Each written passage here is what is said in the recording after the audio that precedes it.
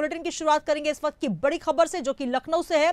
अयोध्या के नाबालिग रेप मामले में अब हाईकोर्ट ने आरोपी की 30 सितंबर को डीएनए रिपोर्ट तलब की। सपा नेता मोईद अहमद हैं रेप के आरोपी। तो आपको बता दें कि हाईकोर्ट की लखनऊ बेंच में जस्टिस पंकज भाटिया के सिंगल बेंच ने मामले की सुनवाई करते हुए 30 सितंबर को पीड़िता के भ्रूण के डीएनए रिपोर्ट पेश करने के आदेश दिए थे। सपा नेता मोईद अहमद हैं इस पूरे मामले के आरोपी। सपा नेता मोईद अहमद पर नाबालिग से रेप का मामला, हाईकोर्ट ने आरोपी की 30 सितंबर को डीएनए रिपोर्ट तलब की। और अयोध्या में नाबालिग से रेप के मामले में आपको बता दें कि हाईकोर्ट ने अब 30 सितंबर का समय दिया है डीएनए रिपोर्ट के लिए। तो अयोध्या गैंगरेप मामले में आपको बता दें कि सपा नेता आरोपी मोहित खान, जो कि सांप्रदायिक हिंसा और जमीन कब्जाने का आरोपी है, नाबालिग के साथ रेप का ये पूरा मामला। और इस मामले में आपको बता दें कि अब 30 सितंबर का समय दिया गया है। नाबालिग के भ्रूण का जो डीएनए रिपोर्ट है वो तलब की जाएगी। तो ओबीसी बच्ची से गैंगरेप के मामले में सपा नेता मोईद खान, जो कि अवधेश प्रसाद के काफी करीबी माने जाते हैं, अब इस मामले में हाईकोर्ट ने 30 सितंबर का समय दिया है।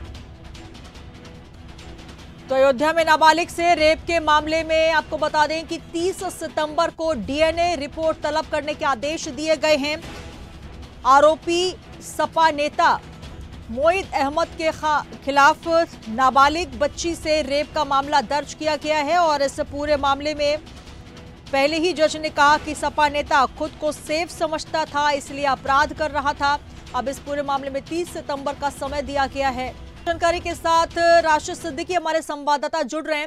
राशिद, जो पूरा मामला है काफी गंभीर, क्योंकि एक नाबालिग बच्ची के साथ रेप का ये पूरा मामला, और अब इस मामले में हाईकोर्ट ने आरोपी की 30 सितंबर को डीएनए रिपोर्ट तलब करने के आदेश दिए हैं। देखिए, बिल्कुल सुनीता, कहीं ना कहीं देखिए जिस तरह से मोहित खान का जो मामला था काफी बड़ा था, और इसमें राजनीति भी जो है खूब हुई थी, उत्तर प्रदेश के अंदर देखने को मिली थी। तो जाहिर सी बात है, देखिए कहीं ना कहीं एक नाबालिग लड़की से जुड़ा मामला था, और वहां पर जिस तरह से उसका जो है लखनऊ ट्रामा सेंटर में यहाँ पर इलाज हुआ, उसके बाद तो उसका भ्रूण की जांच जो डीएनए टेस्ट के दौरान डीएनए की जिस तरह से अखिलेश यादव ने मांग उठाई, तो उसके बाद डीएनए के लिए सैंपल लिया गया था। उसके बाद उस सैंपल को हालांकि अभी कोर्ट में पेश नहीं किया गया है। 30 सितंबर को इसके लिए समय दिया गया है। इलाहाबाद हाईकोर्ट ने कहा है 30 सितंबर तक जो भ्रूण की जो है जांच रिपोर्ट है वो कोर्ट को सौंपी जाए। लेकिन कहीं ना कहीं मोहित खान इसमें मुख्य आरोपी के तौर पर निकल के आए थे, और ऐसे में वो समाजवादी पार्टी के नेता थे। तो जाहिर सी बात है इसमें राजनीति होना भी था, क्योंकि आने वाला उपचुनाव है, उसको लेकर जिस तरह से मामला पूरा अयोध्या से लेकर था।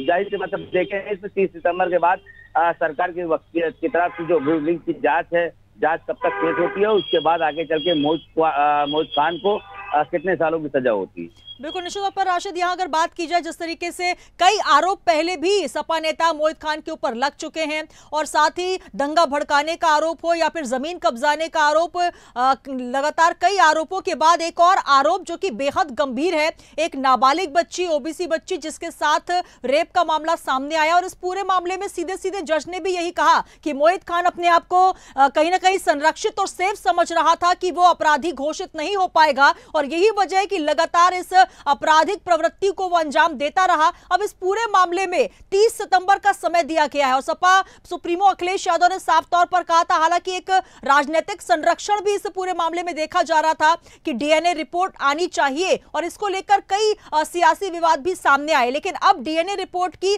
तारीख तय कर दी है कोर्ट ने। जी बिल्कुल, देखिए कहीं ना कहीं से जिस तरह से अखिलेश यादव का ट्वीट आया था, उन्होंने साफ स्पष्ट कहा था कि डीएनए सैंपल के आधार के बाद ही किसी आरोपी को घोषित, और लगातार जिस तरह से सरकार की तरफ से जिसको जो पलटवार हो रहा था, तो वो कहीं ना कहीं साफ तौर पर देखा गया। और जिस तरह से मोहित खान के ऊपर जो आरोप लगे, उसके बाद उनके यहाँ काम करने वाला नौकर, उसके ऊपर ये बताया गया कि उससे उस लड़के का प्रेम प्रसंग चल रहा था। उसके बाद इस घटना को अंजाम दिया गया। लेकिन जिस तरह से पुलिस ने वहां मुकदमा दर्ज किया, मोहित खान को अरेस्ट किया, उसके बाद मोहित खान के कई जगहों पर वो बेकरी रहा हो या शोरूम रहा हो, वहां पर बुलडोजर चलाकर कार्रवाई की। तो ऐसे में तमाम चीजें हैं, काफी गरमाई हुई राजनीति यहाँ पर थी। लेकिन अब जिस तरह से कोर्ट ने इस पूरे मामले को गंभीरता से लेते हुए अब जांच रिपोर्ट मांगी है, तो जाहिर सी बात है यूपी सरकार अब जांच रिपोर्ट में यूपी सरकार की क्या निकल के आता है, ये देखने वाली बात।